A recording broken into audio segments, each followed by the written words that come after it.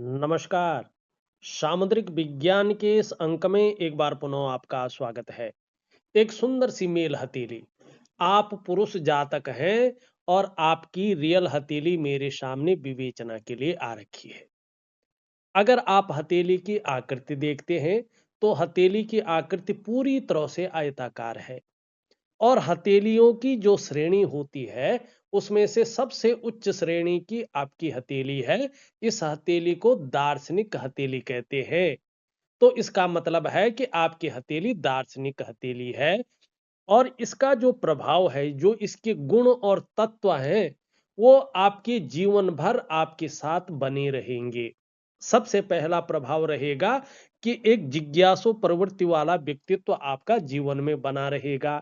एक एनालिटिकल किस्म का व्यक्तित्व भी आपका बना रहेगा। कहीं न कहीं दार्शनिक प्रवृत्ति के आप व्यक्ति रहेंगे। दूसरी बात करें तो करियर के मामले को ये देखता है। जिन कार्यों में बोलने से बहुत ज़्यादा काम चलता हो, शारीरिक मेहनत की ज़रूरत तो पड़ती हो लेकिन उसके मुकाबले थोड़ी कम पड़ती हो, या जिनमें मस्तिष्क का बहुत ज़्यादा काम करना पड़ता हो।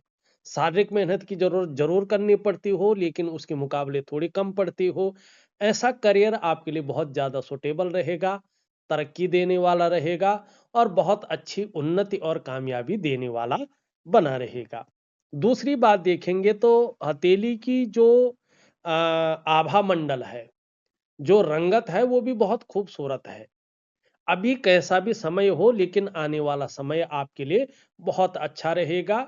ईश्वर की बड़ी कृपा रहेगी और आपका ऑरा मंडल बहुत विकसित हो जाएगा। आभा मंडल दिव्यता की ओर चला जाएगा। ये यहाँ पे स्थिति अच्छी दिखाई देती हुई नजर आ रही है। पहला आपका सवाल ले लेते हैं। आप लिखते हैं पहला सवाल, मैं अभी प्राइवेट कंपनी में नौकरी कर रहा हूं, लेकिन साथ ही सरकारी नौकरी की भी तैयारी कर रहा हूं। मुझे अपने करियर के बारे में जानना है। बहुत सुंदर तरीके से आपने लिखा हुआ है। ये आपकी समझदारी को इंगित करता है। यहाँ पे अगर हम देखेंगे तो ये उंगली आपकी पूरी तरह से जो है रिंग फिंगर के पहले पोर्वे तक पहुंच रही है, जो बहुत अच्छा राजयोग बना रही है। साथ में आपकी रिंग फिंगर कहीं ना कहीं देवगुरु आचार्य बृहस्पति की उंगली से बड़ी है और मिडिल फिंगर से छोटी दिखाई दे रही है। देवगुरु आचार्य बृहस्पति पूरी तरह से पुष्ट तो नहीं है लेकिन आगे चलकर अच्छी अवस्था में आते हुए यहाँ पे दिखाई दे रहे हैं। तो आगे चलकर आपकी हथेली में एक बुद्धादित्य राजयोग बनता हुआ स्पष्ट तरीके से दिख रहा है। अगर आप अपने लक्ष्य का निर्धारण करके चलते हैं, अपनी मेहनत को दुगना कर लेते हैं और एकाग्रता के साथ आगे बढ़ते हैं, क्योंकि आपके जीवन में एकाग्रता की बड़ी कमी रहेगी, तो आपको योगा है, प्राणायाम है, मेडिटेशन है और दिव्य सूर्य क्रिया है, ये अवश्य करनी पड़ेंगे। तो ये चीजें मैं आपको दूंगा, प्रॉपर तरीके से करें, विश्वास से करें, मन से करें, अनुशासन से करें, तो आपको निश्चित तौर पे बहुत अच्छा लाभ होगा। तो निश्चित ही आपको सरकारी नौकरी मिलने की संभावना बहुत ज्यादा बढ़ जाएगी, क्योंकि बुद्धादित्य राजयोग है।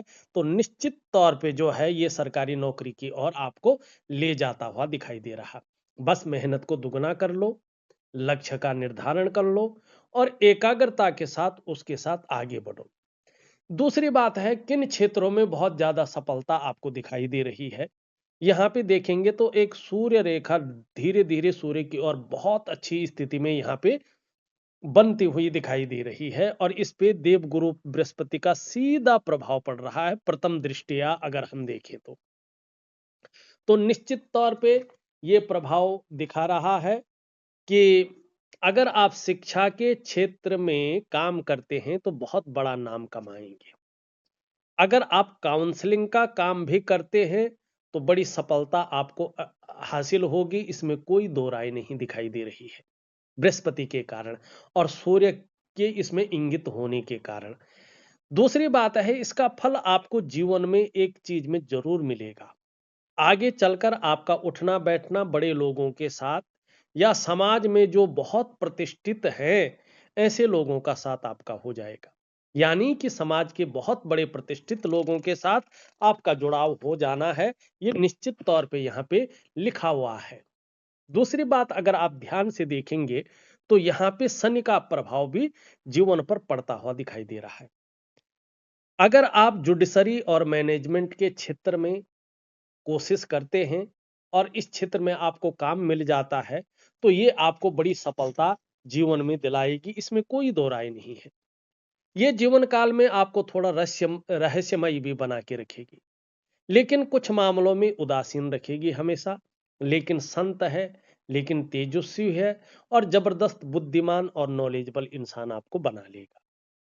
आपको आत्म साक्षात्कार के लिए कहीं जाना नहीं पड़ेगा। आप अपने को बहुत जल्दी जानने वाले हैं। आप कौन हैं, क्या करने आए हैं और किस लिए आपका जन्म हुआ है, ये यहाँ पे चीजें दिखाई दे रही हैं। लेकिन थोड़ी-सी अगर आप देखेंगे तो यहाँ पे ये बहुत अच्छी रेखा है जो आपको यश देगी, आपको मान-सम्मान और प्रतिष्ठा देगी।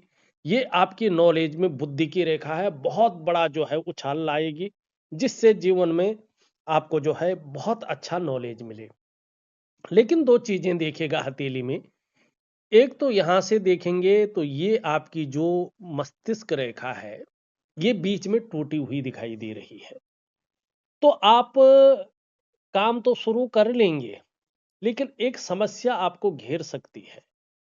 प्रारंभ से लेकर के अंत तक एकाग्रचित होकर कर्म नहीं कर पाएंगे, ये थोड़ा ना कहीं जो है व्यवधान देती हुई दिखाई दे रही है। थोड़ा कई बार ये मानसिक अवसाद को भी दिखा रही है, मन एक जगह पर टिकेगा नहीं, भ्रम की स्थितियों को दिखा रही है। एक कदम आगे बढ़ेंगे, 2 कदम पीछे जाएंगे, नियमों का पालन नहीं कर पाएंगे। जीवन में धन तो आएगा, लेकिन संघर्ष के बाद दिखाई दे रहा है बहुत ज्यादा भावुकता भी आपके अंदर रहेगी। आपका स्नायु तंत्र थोड़ा कमजोर रह सकता है। आपको जीवन में एक चीज याद रखनी है, उधार के धन के लेन देन से आपको बच के चलना होगा। दूसरी यहाँ पे जो चीजें दिखाई दे रही है वो है आपका चंद्रमा। अभी 2.5 वर्षों तक आपका चंद्रमा पूरी तरह से संतुलित अवस्था में नहीं है, तो जिससे ये आपके मन पर काफी गहरा प्रभाव देता हुआ दिखाई दे रहा है। मैं उपाय जरूर भेजूंगा। आपका दूसरा प्रश्न ले लेता हूं। आप लिखते हैं घर वाले शादी के लिए रिश्ता करवा रहे हैं। आपका वैवाहिक जीवन आने वाले समय में कैसा रहने वाला है, ये आप जो है लिखते हुए यहाँ पे दिखाई दे रहे हैं। देखिएगा जिस प्रकार से अगर मैं ठीक कहूं तो थोड़ा सा जो है ना, अभी देवगुरु आचार्य बृहस्पति शनि की तरफ दृष्टि गोचर कर रहे हैं और यहाँ पे चंद्रमा भी बहुत अच्छी स्थिति में नहीं दिखाई दे रहा है और यहाँ पे मस्तिष्क रेखा भी थोड़ी सी अलग दिखाई दे रही है। तो ये तो नहीं कहूंगा मैं कि दाम्पत्य जीवन बहुत खराब रहेगा, लेकिन थोड़ा सा जो है मानसिक और शारीरिक स्वास्थ्य के प्रति आपको खुद अपने को और अपने स्तर को थोड़ा सुधार के चलना होगा। बाकी दाम्पत्य जीवन में कोई परेशानियां आने वाली नहीं है, इस बात का आपको ध्यान रख के चलना है।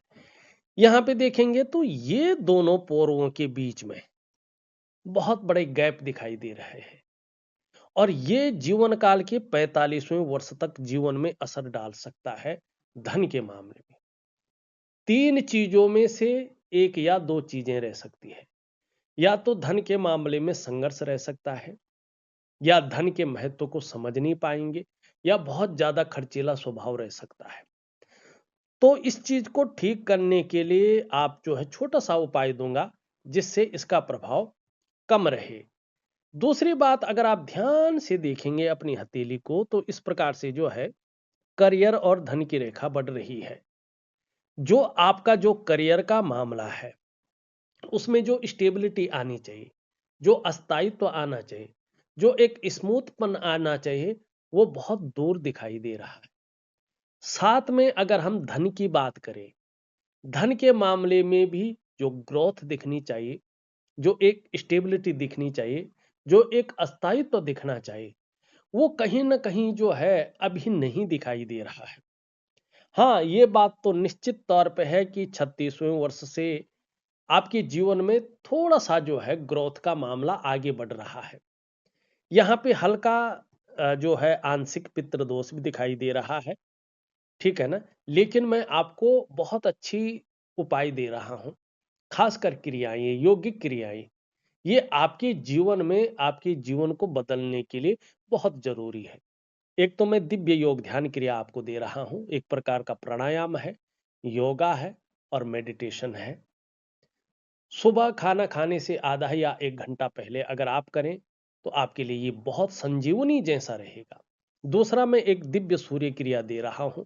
ये बहुत ही उच्च किस्म की, उच्च कोटि की क्रिया है।